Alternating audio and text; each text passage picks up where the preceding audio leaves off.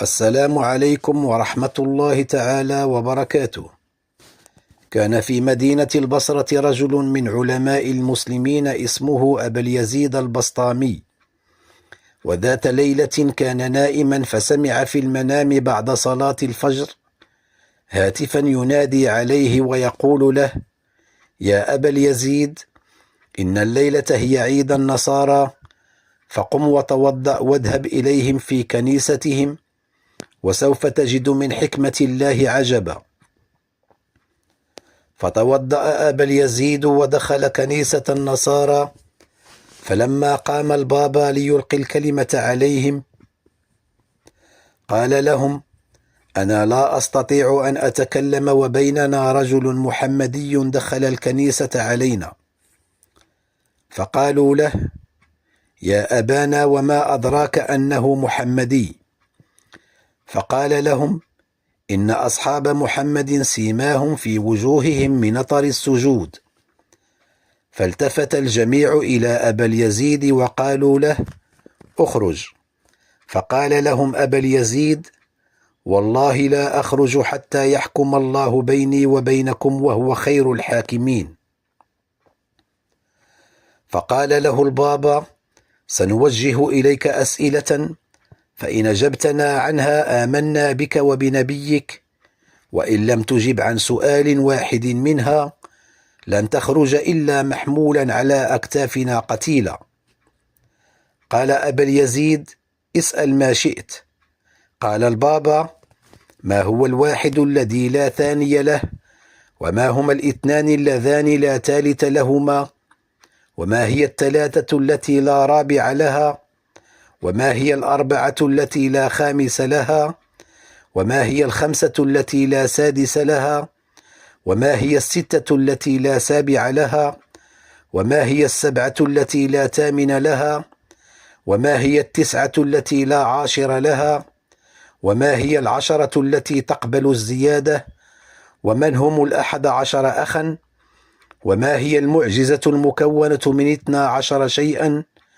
وما هي الأسرة التي أخبر أحد أفرادها بأنهم 13؟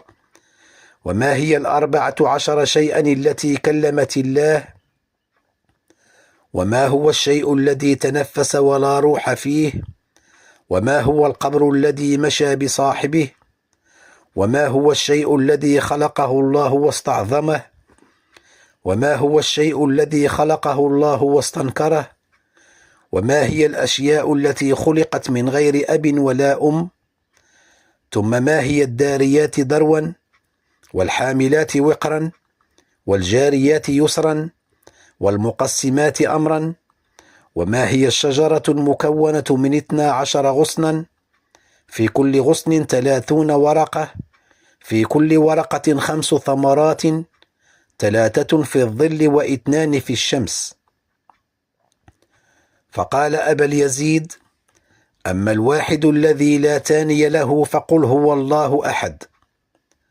وأما الاثنان اللذان لا ثالث لهما فالليل والنهار.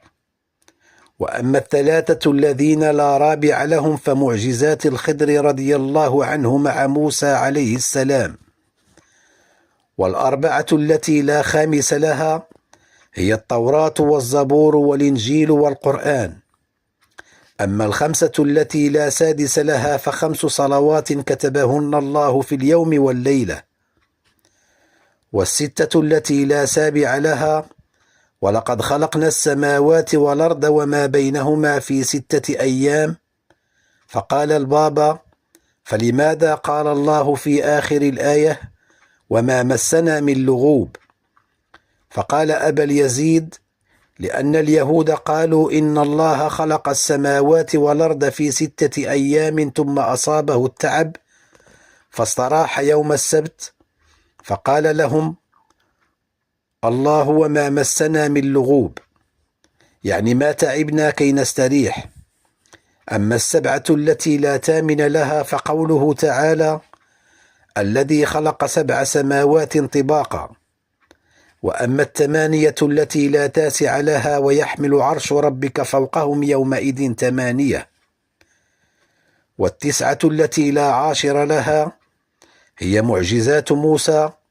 قال له البابا اذكرها، فقال أبا اليزيد: هي اليد والعصا والطمس والسنين والطوفان والجراد والقمل والضفادع والدم.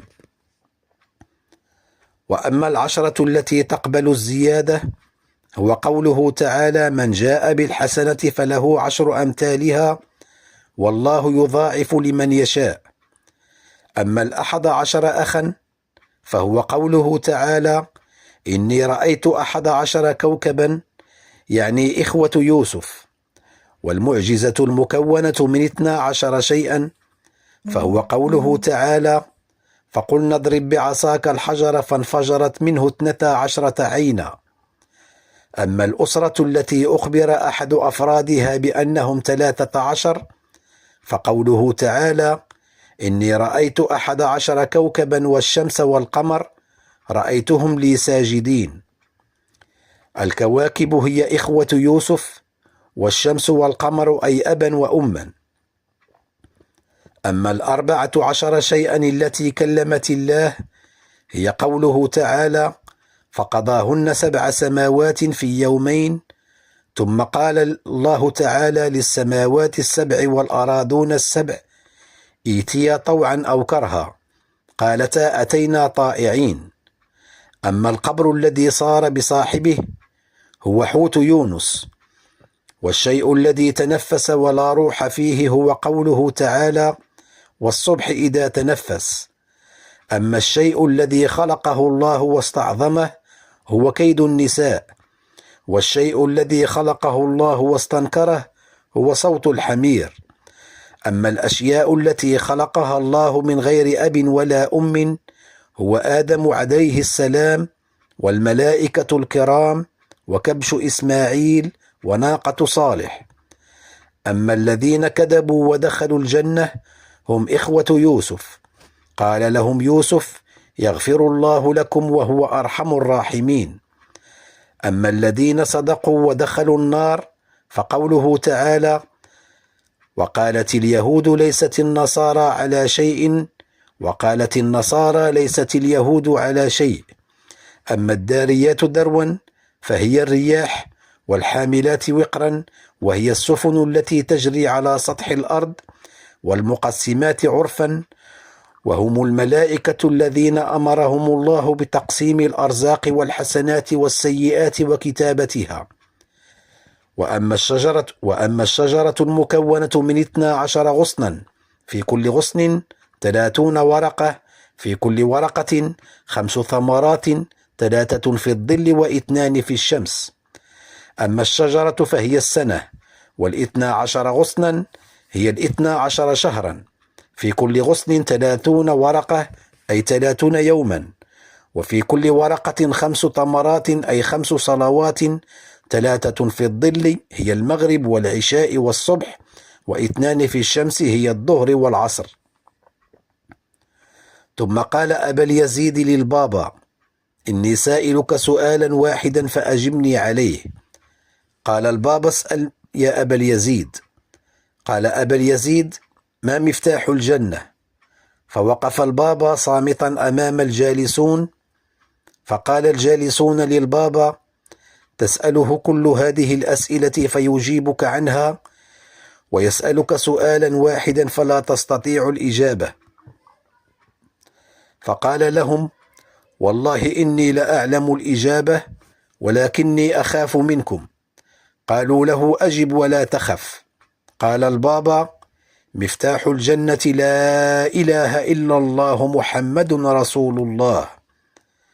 فقال الجميع وراءه: لا إله إلا الله محمد رسول الله. فقاموا على الكنيسة فحولوها إلى مسجد يعبد فيها الواحد الديان. لا تقرأ وترحل، ضع بصمتك بالصلاة على النبي الحبيب، وشاركها لعلها تفتح قلوبا مغلقة.